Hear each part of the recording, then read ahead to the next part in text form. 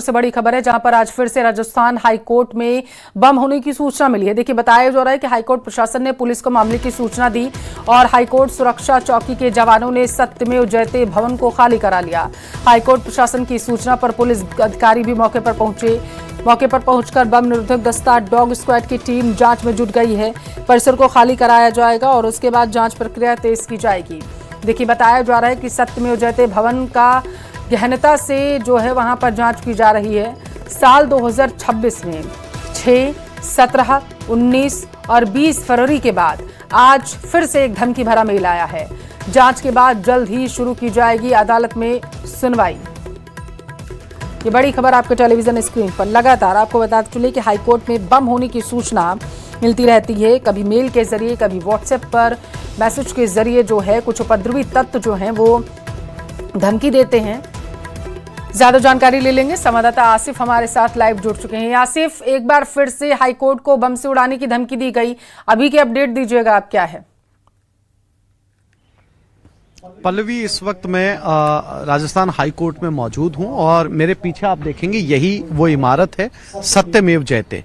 आप ये तस्वीरें देख पाएंगे। मैं अपने कैमरामैन सहयोगी से कहूंगा ये सारे स्टाफ को बाहर निकाला गया। आप देख सकते हैं जितने भी लोग कोर्ट के अंदर काम करते हैं इन्हें फिलहाल बाहर निकाल दिया गया है, क्योंकि अंदर डॉग स्क्वाड है और जो सुरक्षा एजेंसीज हैं जो अंदर की तलाशी ले रहे हैं। और कुछ तस्वीरें मैं आपको अपने दाहिनी तरफ भी दिखाना चाहूंगा।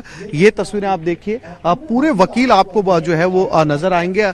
मैं आगे भी चलकर आपको दिखाने की कोशिश करता हूं। और ये मेरे पीछे जो है फायर ब्रिगेड की गाड़ी यहाँ पर खड़ी है। सभी वकीलों को जो है जो जजेस हैं उनको जो है वो बाहर निकाल दिया गया है। और अंदर जो है इस भवन की, जो मेरे बाईं तरफ जो भवन है सत्यमेव जयते, इसकी तलाशी ली जा रही है। और खासी तादाद में आप यहाँ पर देखेंगे, अगर आपको नजर आ रहे हो तो सारे के सारे हाईकोर्ट के वकील जो हैं वो इस समय बाहर निकाल दिए गए हैं ताकि अंदर से सघन तलाशी हो जाए। तो फिलहाल ये कहा जा सकता है कि अभी तलाशी जो है वो जारी है। लेकिन सवाल पल्लवी ये उठता है कि ये कोई पहली बार नहीं हुआ, ये 12वीं या 13वीं बार है एक साल के अंदर कि लगातार जो है वो धमकियां आ रही है। और सबसे जो दिलचस्प बात है वो ये है कि पुलिस जो है वो आप कह सकती हैं हाथ पर हाथ धरे बैठी है, या फिर जो है अभी तक किसी नतीजे के ऊपर पुलिस जो है वो नहीं पहुंची है। सारी सुरक्षा एजेंसियां, सारी चाहे वो इंटेलिजेंस की बात करें, चाहे वो खुफिया विभाग हो, सभी के सब के हाथ खाली है।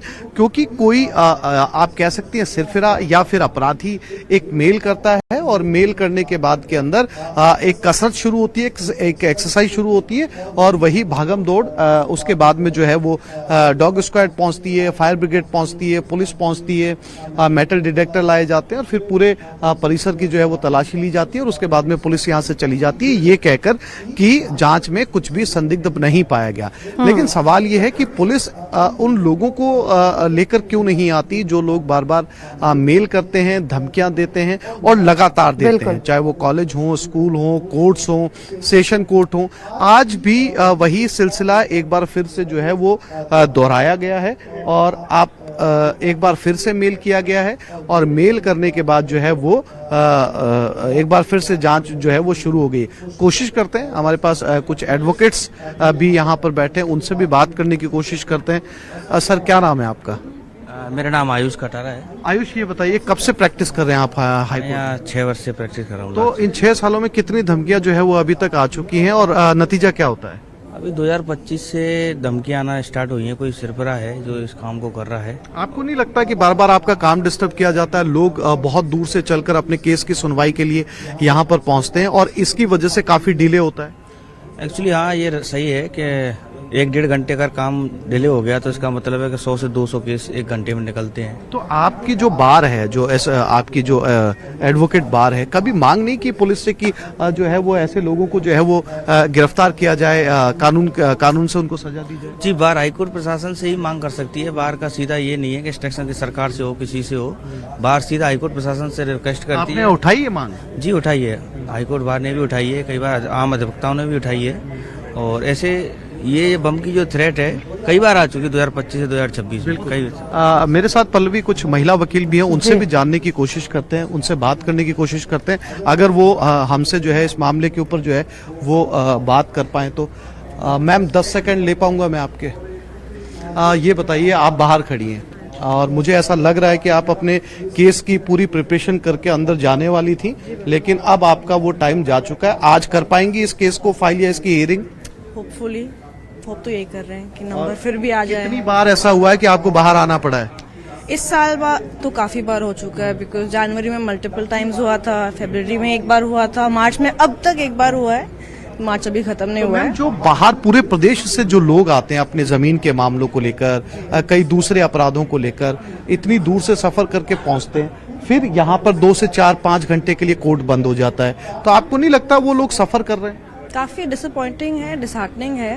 और आई थिंक पुलिस अथॉरिटीज को अब तक ये जो मेल जहाँ से आते हैं वो ट्रेस कर लेने चाहिए थे, क्योंकि एक किसी इंडिविजुअल के पास इतना पावर नहीं होना चाहिए कि वो एक मेल भेज दे और यहाँ जुडिशियल सिस्टम एकदम स्टैंड स्टिल पे आ जाए। सबका टाइम वेस्ट हो रहा है, वैसे ही कोर्ट्स ओवरबर्डन्ड है कहते हैं, और पुलिस को थोड़ा और एक्टिवली पार्टिसिपेट करके इस चीज को रिजॉल्व करना चाहिए। आपकी जो बार एसोसिएशन है वो हाई कोर्ट से सीधे इस मामले में मांग नहीं उठाती कि पुलिस से कहा जाए कि ऐसे लोगों को जो है कटघरे में खड़ा किया जाए? पहले ऐसे लोगों को ट्रेस किया जाए, तब कटघरे में भी खड़े करेंगे। पहले तो ट्रेस किया जाए, बिकॉज ये बहुत कैजुअल हो गया है और एक रूटीन अफेयर हो गया है। मतलब हर थोड़े दिन में ये एपिसोड होता है और हम सब अपना टाइम वेस्ट कर रहे हैं अब यहाँ पे। तो आपने सुना पल्लवी, ये तमाम लॉयर्स हैं और साफ तौर पर पल्लवी एक बहुत ही गंभीर सवाल ये उठा रहे हैं, और इनका ये कहना है कि जो हजारों लोग पूरे प्रदेश से अपने अपने मामलों की सुनवाई को लेकर यहाँ पर पहुंचते हैं, आप अंदाजा लगाइए उनका काम कितना डिस्टर्ब होता है, वो जो है वो नहीं पहुंच पाते हैं। अब सवाल ये है कि पुलिस वास्तव में देखा जाए तो कर क्या रही है, और ये आरोपी पकड़ में कब आएंगे, आसिफ, इंटेलिजेंस ये भी सवाल यहाँ पर बन रहा है। बहुत शुक्रिया आपका जानकारी पहुंचाने के लिए आसिफ। जोधपुर से बड़ी खबर है, जहां पर जोधपुर रेलवे स्टेशन पर बड़ा हादसा जो है वो टल चुका है। उत्तर पश्चिम रेलवे की आरपीएफ की सतर्कता यहां पर काम आई है। चलती ट्रेन में चढ़ते समय महिला यात्री फिसल गई। प्लेटफॉर्म और ट्रेन के बीच गिरने से खतरे की स्थिति बन गई थी। महिला कांस्टेबल नवीन ने तत्परता दिखाई और जान बच गई। हादसे की शिकार महिला फिलहाल के लिए सुरक्षित है। बाद में दूसरी ट्रेन से उसे मेड़ता रोड भेजा गया। घटना का सीसीटीवी भी सामने आया है। तस्वीर देखिए, ये आपको दिखा रहे हैं टेलीविजन स्क्रीन पर आपके, जहां पर आप देख सकते हैं कि कैसे यहाँ पर एक महिला जो है जो चलती ट्रेन में चढ़ने का प्रयास कर रही थी और इसी दौरान उसका पैर फिसल जाता है। ये देखिए, उसका पैर फिसल गया और वो बताया जा रहा है प्लेटफॉर्म और ट्रेन के बीच में जो हल्की सी जगह होती है वहाँ पर वो फंस गई थी। हालांकि वहाँ पर मौजूद जो कांस्टेबल थी उनकी सतर्कता से महिला की जान फिलहाल के लिए बच गई है और राहत की सांस यहाँ पर महिला कांस्टेबल नवीन ने ली है। जो तत्परता उन्होंने दिखाई वो काबिले तारीफ है, सोशल मीडिया पर उसे कहा जा रहा है।